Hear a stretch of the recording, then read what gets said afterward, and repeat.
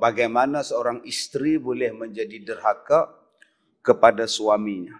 Yang ketiga, dan derhaka pula sebab menyelak, yakni mengunci ia akan pintu ketika menghendak masuk suami kepadanya.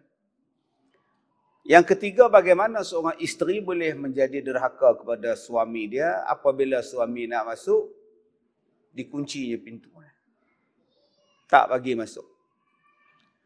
Lain kalau tak bagi masuk tu sebab suami dia nak bunuh dia ke, suami dia tu nak tikam dia ke, dia kuncilah pintu selamatkan diri dia.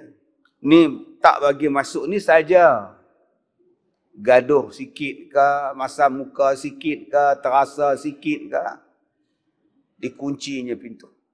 Hamba Allah tu duduk ketuk lah jiran sebelah rumah buka pintu. Main tidur rumah aku aleman weh. Nah, isteri tak buka.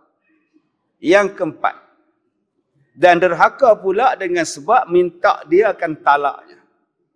Nabi SAW menyebutkan dalam satu hadis, abghadul halal ilallah at-talaq. Benda yang paling tidak digemari oleh Allah, sebenci-benci Allah benda yang halal, di sisi Allah ialah at-talaq, cerai. Dan di sini dia sebut derhaka sebab minta cerai tanpa sebab. Baik, ada orang sebut tak nak cerai. Ada yang benci perkataan cerai. Ada yang allergic dengan cerai. Sebab dia tak nak jadi Kak Jan. Dia kata, malas saya. Jangan sebut talak dengan saya tak mau tukar status jadi Kak Jan. Kak Janda. Habis tu Kak terseksa ni, tak apalah tu yang main jumpa ustaz ni nak buat ayat menawar ke apa, akan tolong jampi sikit. Sekata dah lebam mata tu nak buat ayat menawar apa lagi. Pergi jabat agama lah report. Suami pukul. Tak lama lah pergi jabat agama, jumpa ustaz sudah. Main jampi bagi lembut. Ustaz pun jampi. 40 hari jampi. Ya Allah, lembutkanlah suami dia, ya Allah. Lembutkanlah suami dia, ya Allah. Cukup 41 hari, sajat. Lembut sungguh, tukar nama terus lagi dah. Silap doa, orang patut doa, ya Allah lembutkanlah hati dia. Laki dia pergi doa, ya Allah lembutkanlah dia, ya Allah. Terlupa nak sebut suami dia. Baik, tuan-tuan yang dirahmati Allah. Ada yang mengadu pada saya, dia kata, suami dia pukul dia. Suami dia ganah dengan dia, pukul dia, dera dia. Saya kata, Kak, minta cerai. Kak tak nak cerai.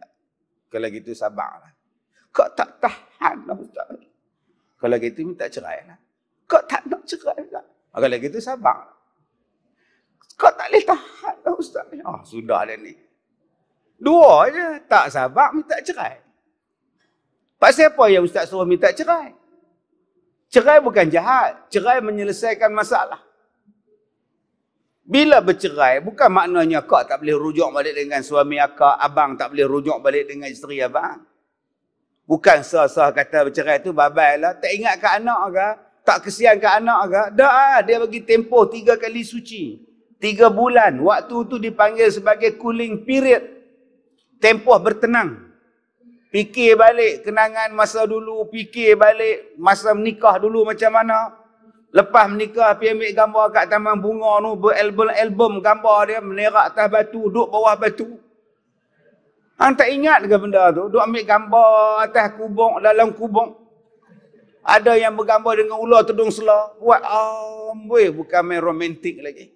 Takkan hang nak cerai kot, tak ingat ke ular ni? Maka sebab itulah Tuhan bagi tempoh untuk bertenang. Dan kalau rasa nak balik, rujuk. Yang benci dengan talak tu, sebab saya apa? Talak tu menyelesaikan masalah. Yang suami tak balik, berapa tahun, berapa bulan tak balik, tak bagi nafkah. Penyelesaian dia ialah talak. Dapat suami yang kaki pukul, penyelesaian dia ialah talak. Dapat suami yang berpenyakit. Ni, duk repair lampu ni, spotlight. Duk panjat, licin. Jatuh gedebuk di bawah. Suami dia. Lepas bangkit dia hidup, suami tu hidup. Tapi ada hak lain mati. Tak pernah faham? Tak faham sudah. Suami elok bangkit balik ke rumah. Abang jatuh tadi lehoi. Entah? Alhamdulillah tak ada apa. Cik doktor tak ada apa. Ada benda lain hak mati. Hak mana faham, faham. Tak faham sudah. Petang dah. Kopi jantan, kopi janda, torpedo, kopi wamisai semua tak. Tak boleh ha. Apa jalan penyelesaian dia? Jalan penyelesaian dia cerai lah. Jadi yang duk kata cerai itu tak betul. Siapa? Yang kata tak betul itu ialah cerai yang kita nak bincang malam ni. Yang disebutkan oleh Nabi SAW, abghadul halal. Benda yang paling Allah tak suka. Walaupun dia halal di sisi Allah, iaitu at-talaq. Apa dia? Yang pertama, bila minta talak tanpa sebab. Nombor satu. Tanpa sebab. Pergi ke kedai Cakotiau, tengok dia seorang. Mana isteri hang Leman? Cerai dah. Semalam aku tengok hang kat Tesco elok. Malam. Nanti cerai bila? Pagi tadi. Pasal apa? Kes apa? Tak ada apa saja. Lah, dia boleh buat gelak. Aja aku tanya dia. Boring duduk berdua, kita cerai nak. Tu? Dia kata, okey, cerai. Yang ni yang Allah benci. Cerai tanpa sebab. Jatuh tak talak, jatuh lah. Tapi Allah benci, Allah tak suka. Yang kedua, bercerai yang dibenci ni apa? Minta talak pasal apa? Pasal marah kat mak suami. Tak suka dekat pak suami. Tak suka dekat adik-beradik suami. Tak suka. Dia minta cerai. Abang, saya minta cerai. Awak, mak abang tu, mulut beret. Mulut tak ada insurans langsung. Cik tak suka. Tak apalah, mak. Tara mana sangat. Han tak suka, han bagi pekat telinga, sudah. Abang cakap senang lah, abang pergi kerja. Cik duduk di rumah. Pergi dapur jumpa dia, pergi depan jumpa dia. Kita masuk tandas, dia main sekali. Sudah tuan-tuan. Jadi benda pasal mak punya pasal tidak membolehkan seorang isteri minta cerai. Sabarlah. Sebab itu bila isteri kita kata, abang, cik tak selesa duduk dengan mak. Boleh abang cari rumah lain kita duduk asin? Maka suami kena cari rumah lain. Itu hak isteri. Sabarlah. Mak je. Mak abang cakap senang. Abang reba lori. 3 hari baru balik. Cik duduk menghadap dia. Telan mati mak, luah mati bapak ni. Tak. Dia ada hak. Abang, cik minta rumah. Cik nak duduk rumah cik. Tak apa. Beli rumah depan tu. Lagi sebulan, mak bagi mai pula. Mak mai pula lagi. Buat macam mana? Isteri kena terimalah tu mak suami. Isteri kena terimalah tu mak mertua. Walaupun kita ni menantu saja, tapi suami kita anak pada dia. Dengan sebab dia tu anak laki-laki, dia bertanggungjawab jaga mak dia. Tak boleh kata apa. Kena sabarlah banyak. Dan mangah-mangah pun yang mak mertua, yang duduk rumah menantu, tolonglah jaga hati menantu sama. Ni mulut pun jahat mak mertua tu. Tam-tam masuk dengan makcik bawang. Persatuan makcik bawang, mak mertua. Sehari mata duduk tengkok duduk panjang, tengok anak duduk beli apa kat menantu. Tu tanya anak pula. Beli apa kat bini hang? Tak beli apa, dia nak Cadbury. Tu mak tak dapat apa. Mak nak juga. Mak kan kecil manis kan? Ada mak mertua jenis tu. Tengkok jenis panjang. Anak balik Langkawi tengok panjang. Beli apa kat bini hang? Kat mak beli apa? Lah mak oi, mak duk pakai pampers dah. Takkan nak benda-benda ni lagi mak oi. Jadi mak-ngah tolonglah jaga juga perasaan menantu. Anak kandung kita yang perempuan tak mau jaga kita. Anak kandung kita hak perempuan duk jaga laki dia. Tengok-tengok menantu kita ni sanggup bela kita. Terima kasih banyak-banyak. Dia sanggup duk dengan kita padahal kita bukan mak kandung dia. Mak kandung dia pun dia tak suap moi. Mak kandung dia pun dia tak pakai bedak sejuk kat kita. Tapi kita ni mak mertua dia duk suap kita atas wheelchair tu. Sanggup menantu ni duk suap. Bila anak perempuan kandung balik duk kutuk menantu. Mak je mana? Duk je ni lah. Kak hang kan bela mak. Abang hang kan tahu abang hang jadi bolori mak dia. Kalau suap Tekan-tekan sudu. Sampai separuh sudu duduk dalam keluar pula. Jahatnya mulut mak mentua. Jadi ini yang tak kena. Yang ketiga, minta cerai sebab nak menikah dengan lelaki-lelaki lain. Abang, ceraikan saya. Apa salah abang? Tak ada salah. Habis tu, cik tak mau kat abang rasa. Tahu, tengok nasi rasa mengugai rasa. Tengok muka abang tu, bila tengok nasi rasa nak muntah. Nak tidur tak boleh, nak makan tak boleh, nak apa pun tak boleh. Cik tak selera. Tengok muka abang, cik minta cerai. Yang ni yang kata tak cium bau syurga ni. Dah tahu tak selera tengok muka dia. Pak siapa hang menikah dengan dia dulu? Masa saya menikah dengan dia dulu ustaz, tak ada orang nak kat saya. Habis tu, sekarang ada. Bulu dada dia ni ustaz, daripada pusat sampai ke muka. Oi, orang mana ni? Pak siapa hang tak mau laki hang? Laki saya bulu apa pun tak ada. Nampak tak tuan-tuan? Laki saya tak handsome, bulu kening tak bercantum. Ini yang Pak Wu hang ni, Pak Wu saya bulu kening ni macam ombak pusing. Orang hutan ke apa Pak Wu hang ni? Yang banyak bulu sangat ni. Maka orang yang minta cerai tanpa sebab yang macam ni, yang ni yang kata tak boleh cium bau syurga. Yang keempat, sebab apa yang kita ni minta cerai, yang dilaknat, yang dibenci ni? Apabila perceraian itu diminta kerana kita tak suka suami kita ni duk suruh buat benda baik. Suami suruh semayang, suami suruh puasa, suami suruh buat ibadat, suami suruh main kuliah, suami suruh pakai tudung, suami suruh ni dia benci. Saya tak suka, saya tak suka, saya tak suka. Saya tak suka dengan awak, ceraikan saya. Saya tak boleh hidup lah dengan awak ni. Saya muda lagi abang. Kalau abang suruh saya pakai tudung-tudung labu-labu tu, macam makcik-makcik tu, tunggu saya umur 60 abang. Saya baru 26. Saya nak cerai. Maka perempuan yang macam ni dikira derhaka. Baik, bagaimana pula perceraian yang boleh diminta? Tadi saya sebut, apabila suami tidak memberi nafkah kepada isteri dia, boleh minta cerai. Boleh minta cerai akak-akak, oi, suami tak bagi nafkah. Walaupun akak ni kerja cikgu sekolah, ada pendapatan, ada gaji sendiri. Suami pun ada gaji sendiri. Akak tetap berhak mendapat nafkah bulanan. Dapat nafkah pakaian, dapat nafkah minuman, nafkah makanan, nafkah tempat tinggal, nafkah keselamatan, nafkah ilmu. Suami wajib.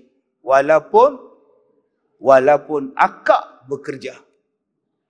Abang, nafkah bulan ni tak ada lagi. Tak ada apa. Gaji yang 4,000 tu apa? Tu gaji saya. Habis tu, tak nafkah daripada abang, pada isteri abang ni. Dah, aku dah bagi izin hang kerja cikgu tu, nafkah tu. Hang nak kira apa lagi? Aku pun gaji macam hang juga 4,000, kereta atas aku. Kereta atas aku, rumah atas aku, elektrik atas aku, bil air atas aku, yuran sekolah anak atas aku. Isteri jawab, abang pun atas cek. Oh, sudah tuan-tuan. Nak faham? Tak faham betul. Lu kira abang je atas semua. Oi, tu nafkah saya. Saya minta pada abang. Jadi abang kena bagilah. Mama, ni nafkah bulan ni RM500. Ni nafkah duit dapur RM1,500 bulan ni. RM500 untuk mama, RM1,500 untuk dapur. Abang, tak payahlah. Abang bagi saya kerja pun 1,000 nikmat lah. Terima kasih abang. Ni RM500 ni, ambil kat abang lah. Tak payah bagilah abang. Janji abang izinkan saya kerja je. Oh ya, Alhamdulillah. 500 darat dengan 12, 6,000. Darat dengan 3, 18,000. Dah nikah lagi. Jadi akak-akak belasah je duit tu. Jangan buat alim sangat. Tak payahlah abang. Halal. Memang kakak percaya orang depan ni. Cukup 18,000 dia menikah ya. Ambil lah duit tu dah dia bagi. Okey. Jadi kalau suami tak bagi nafkah, duit tak bagi, apa pun tak bagi, ada hak dia untuk minta cerai. Yang kedua, apabila dia tidak memberi nafkah tuntutan batin dia. Tak bagi nafkah bukan sebab isteri derhaka. Ustaz, suami saya dah 6 bulan tak sentuh saya. Pasal apa dia tak sentuh? Tak tahu. Tak tidur dengan saya, tak sentuh saya, tak apa pun dengan saya, Ustaz. Soalan, sebab apa? Tak tahu. Takkan tak tahu. Saya tak boleh dengar cakap kak seorang. Saya kena dengar cakap suami akak juga. Pasal apa abang tak bagi nafkah dekat dia dah 6 bulan abang tak sentuh isteri abang? Sebab dia derhaka. Sebab dia derhaka, dia buat benda tak elok dan dia tak minta maaf pada saya. Selagi mana dia tak balik taat pada saya sebagai suami takkan bagi nafkah pada dia. Maka itu hak suami. Sebab isteri tadi derhaka, isteri tadi nusyus dan tidak taat kepada suami dia. Selama mana dia tidak taat kepada suami dia, maka selama itu suami berhak tidak memberi nafkah kepada isteri dia. Tetapi kalau isteri tadi baik, tak ada salah apa. Saja-saja suami tak bagi nafkah. Sama ada dia sengaja ataupun sebab dia sakit. Maka isteri tadi berhak menuntut cerai dan tak berdosa. Jadi akak-akak jangan faham pula berdosa hang minta cerai kat lelaki hang. Habis tu, dah 2 tahun dia tak sentuh aku. Kita orang perempuan ni kena sabar lah. Sabar pasal apa? Boleh minta cerai. Itu hak dia. Yang ketiga, boleh minta cerai pada apa? Pasal apa? Pasal suami berpenyakit. Penyakit apa? Penyakit jantung tak payahlah. Penyakit hak boleh merebak. Apa dia? Coronavirus. Boleh minta cerai. Batuk kena penyakit, semua kena penyakit, bersin penyakit. Dia ada syphilis. Dia ada HIV. Dia ada AIDS.